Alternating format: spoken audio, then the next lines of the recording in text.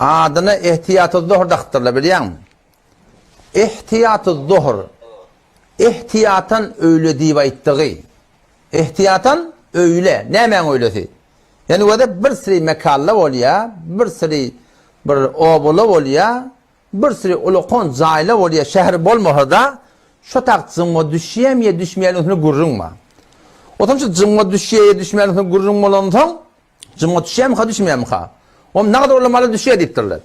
Ne kadar düşmeye deyiptirler. O zaman şu düşeye düşmeyelim onu gurrun mu olanla ay bir vakti düşmeyen alam olamasın deyip sonra ihtiyatan onunla şey 4 rekatta okuyun, bir vakti zımmanı bolmasa da öğleğinin şu 4 rekat yerini yaratın deyip ayttığı. Çözülüp biliyor musun? Neredin muhtardan okuyun o da? Kullu mevdi'in, o da ihtiyat nerede gerek?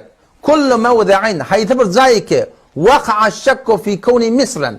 Aya şu şehir mi ya şehirde mi? Şehrin yerini kabul etsek bolacak mı ya bolacak ya mi? Yenbagi lehum lazım iş olarak ey yusallu ba'del cum'ati erba'an bi niyeti zuhur ihtiyaten ettir. Şu cum'a düşmeye düşmeyen yerde şıkı çıktı olur da biliyor musun? Mevkaşşek buluptu. Düşeyem mi ka düşmeyen mi ka? Son yalak yerde hani Allame Şamil Rahmetullahi ne ettir biliyor musun? Son yalak yerde okuyum oluptur. Hop ne dikkat o da.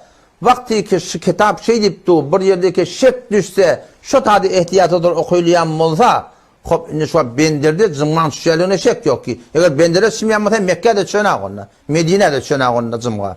O kümmetteki şek yok ki zımma şişeliğine. Sen şehirler, bağışlar, fermandar hem meradınma Kelala'da, Akkala'da şuna meyleş yerlerde ki şek yok ki zımman şişeliğine ki gibi ihtiyat okuyor yalak. İhtiyatı nerede okuyma olduk bir yerdeki vaka şek düşüktür. İşte zımma bamiye yokluğu.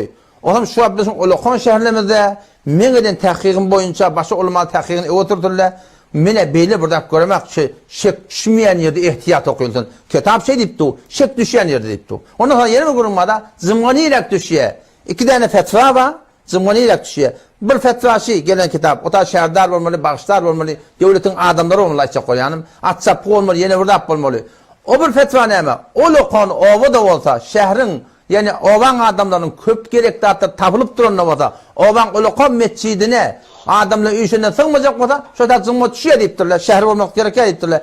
Fetva da şu an sına verilir. Her kime gerekli o temet haram iyi vereyim. Şu yanında yadığılı yok. İşte yani fetva sına verilir. Ama bir Ulukon ova ovanda köp gerekli hatta cuşkardır, telaşkardır, çörükhandır, hane behtaçtır.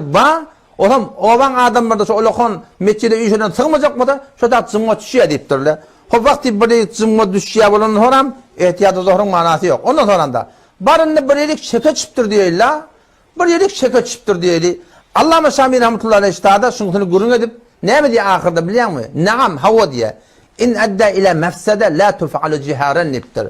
Şun iyi bir teleke varacak olsa, bir teleke duyga varacak olsa, zımma fardaya mı kadicek olsa adamla bir edilmeli ediptir. Sonra da ne mi diye? Nahnu la na'muru bidalike emthal hadil avam. Biz umum musulman okuymalı vaydamlar diye. Şu yankı şek düşen yer daha. Şek düşerse zımma düşeyim düşmeye mi? Şu tadı da biz umum musulman okuymalı vaydamlar bel nedullu aleyhil havas velev bin nispeti ileyhim. Şu tadı havas ulamalı var. Şu ulamalı ehli fen bilyerle de düşen düşmeyelerini. Şolun yürüyen şek çıptır. Umum okuymalı. Şu turatına şeyle okuymalı iptir. Yani khas adamla okuymalı iptir. Ondan sonra da yine bir gururma.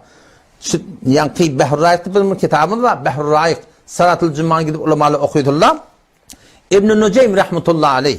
İbn-i Nuceym rahmetullahi aleyhimeden Ulukon ulamalarının biri. Şuna Ebu Hanife'ye sani lakab verdirler. Lakad efteytum miraren diye. Ben barha fetva verdim dedi ola. Şu ihtiyatı doğru kullun doğru deş deyip.